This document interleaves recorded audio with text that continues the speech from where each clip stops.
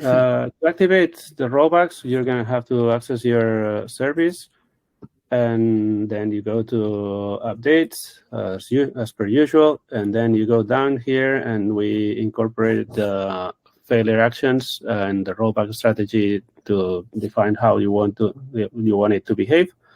In here, you will activate rollback, and when you have a working service and you break it by giving it a wrong image, what it will do is to attempt to start the new one and shut down the old one. And because the image was incorrect, it will start rolling back, and it will redeploy the previous one, which was the working state.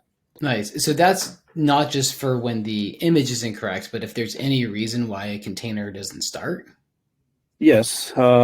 This is only one way that the container can fail, but or the service can fail.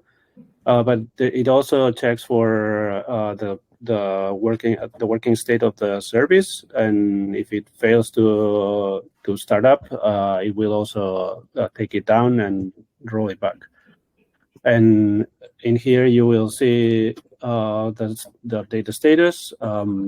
So you at least know that this has been rolled back, even though you see it's still running. But you may miss that this is the oldest one. You get to see here that there's the rollback completed status. Be aware of that.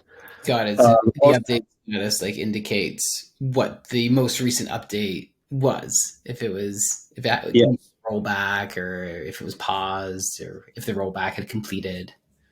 That is correct. Yeah.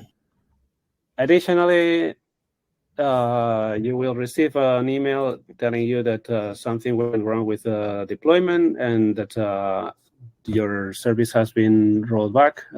In here, if you had a different option as part of your strategy, it would say that it paused, or I think that if it continues, doesn't really send you any notification. So for pause and rollback, you will receive that notification on your email, so you can go back to your service and look at what happened in there. In this case, the update status has been. We just cleared. Yeah. And if you don't feel like receiving those notifications because you actually do this manually most of the time, you can just come here and look for this new notification and deactivate it, and that will stop the emails to come to the notification list.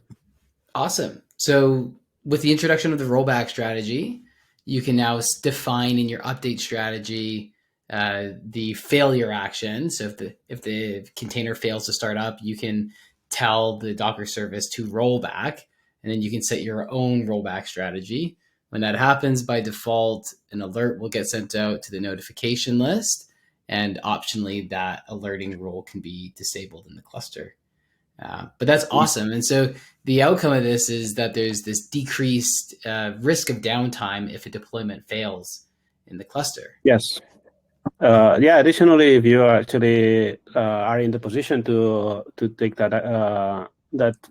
kind of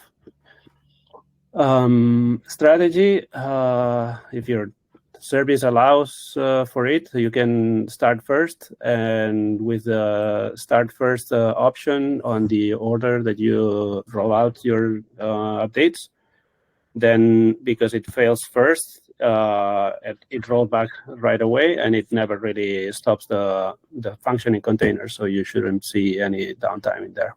That's awesome. Cool.